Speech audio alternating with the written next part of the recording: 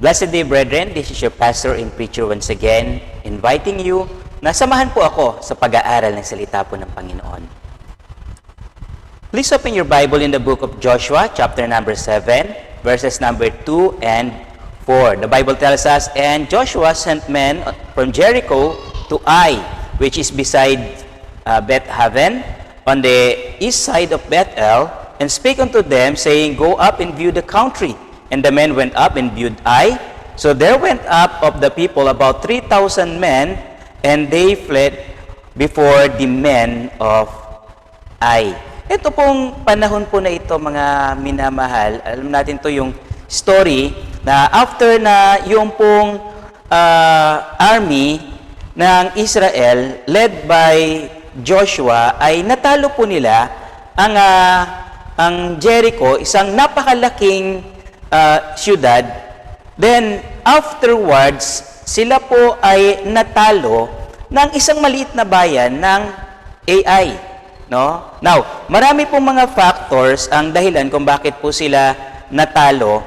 No? Pero gusto ko lamang pong gamitin ito pong bahagi po na ito ng history ng Israel to point out that there are times that the Lord let us experience trials after a triumph. No? When trials came after the triumphs. Sa amin po kahapon, kami po ay lakbay, lakbay talaga, no? Napakalalim na talaga. Kami po ay nag-fellowship ng mga kapatiran po at nagpunta po kami sa isang lugar po sa Tagaytay. And then after ng masaya naming fellowship, no, at papunta po kami sa isa pa pong area na amin po pupuntahan, na amin pong itinerary, ay bumuhos pong isang napakalakas na ulan. Talaga pong hirap na hirap po kami, no, doon po sa amin pong biyahe po na yun, no. Yung pong kasiyahan, yung pong kaligayahan, mga kapatid, yung pong galak na dulot po ng aming pong fellowship ay daglian po ay hindi naman nawala yung galak, kundi nagkaroon agad ng challenge, no, sa amin. Then nung makarating po kami doon sa aming pong destination, stop over po kami doon ng ilang oras at ang nakakagulat po, after nung kami nandoon sa way, pagdating namin doon sa aming isa pang destination, umulan. Umaraw na. No? Lakas ng ulan, tapos biglang tumigil yung ulan, tapos biglang umaraw. No? Tapos ang nangyari, nung pauwi kami, ay inulan na naman kami, napakalakas. Nag-zero visibility kami. Ako, hirap na ako kasi nakasalamin ako, nakamotor lang kami. Tapos yung splash talaga ng water, no? Napilitan kaming tumabi, huminto sandali, at nabasa yung aming mga motor, nabasa kami, yung mga asawa namin, nakasama namin, ay nabasa rin, no? Nung tumigil kami sandali, we prayed, and after a while ay tumila yung ulan at nagpatuloy kami sa biyahe, and bigla na lang lumabas yung buwan, tapos wala ng ulap, wala ng ulan, we are wet, we are cold, no, hindi na kami nag-stop over para kumain, no? So all in all, in the journey na amin pong naranasan, nakita ko po that there are really trials, no? After some triumphs na nararanasan mo. Hindi po kami isolated case. Marami po niyan. Si David, after he defeated Goliath, ay pinag-initan ni Saul, no? Si Abraham, after na ma-receive niya yung promise ng Panginoon na si Isaac, hiningi sa kanya ng Panginoon, and God tried him, no? Marami po sa Bible po niyan na nakita po natin na after their triumphs ay also comes the testing afterwards, no? Ang tanong po, bakit hinahayaan po ng Panginoon ang mga seemingly unfavorable na mga pangyayari after ng isang masayang pagtitipon, no? Meron po akong alam na nadaluhan po akong gawain na nag-anniversary po sila, tapos ang saya nung kanila pong anniversary, no? Tuwan-tuwa po yung mga tao, and after that ay mayroong malaking pangyayari, nagkaroon po ng malaking gulo po doon sa kanila pong iglesia, no? Gawa po ng ilang mga kapatiran, no? Nakalulungkot po. Pero bakit nga po ba hinahayaan ng Panginoon that trials would come after some triumphs, no? There are three things na gusto ko pong i-share sa inyo coming from the experience of Joshua, no, na atin pong binasa ngayong araw po na ito. Ang una po, mga kapatid, sa Joshua chapter number 7, sa verse number 7 po, mga kapatid, no, tayo ay hinahayaan ng Panginoon na magaranas ng mga trials so that we would learn to stay on our knees.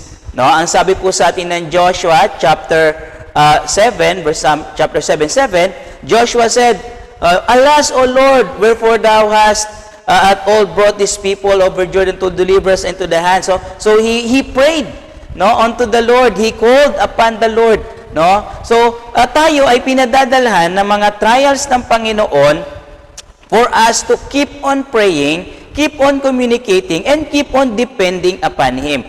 There are yung pong instances and a danger also na kapag naranasan natin ang isang triumphant na o nakapag-achieve tayo ng isang bagay, ay there is a tendency na makakalimutan po natin po ang Panginoon. Ako po, based on my personal experience, I don't know about you, I can only speak about myself, no, na kapag maglalakbay po ako po'y magbabiyahe, no, I would pray na pag-ingatan ako ng Panginoon na ilayo ako sa kapahamakan. That is not wrong.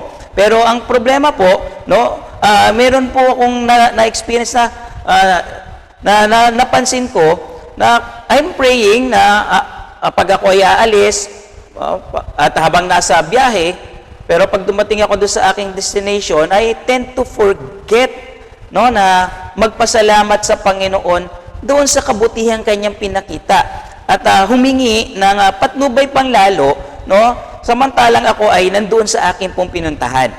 May mga marahil ganyan din yung karanasan ng iba sa atin, no. At tayo po'y pinaalalahanan ng Panginoon. Binibigyan tayo ng mga trials, no, after the triumph, so that we can stay on our knees and praying and talking and fellowshipping with God.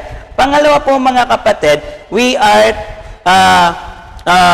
given yung pong mga testings after the triumphs, no, so we could stay on the ground. Pag pinuntahan po natin yung Joshua chapter 7 verse number 6, ay ang ginawa po nila, they rent their clothes, no, at sila po ay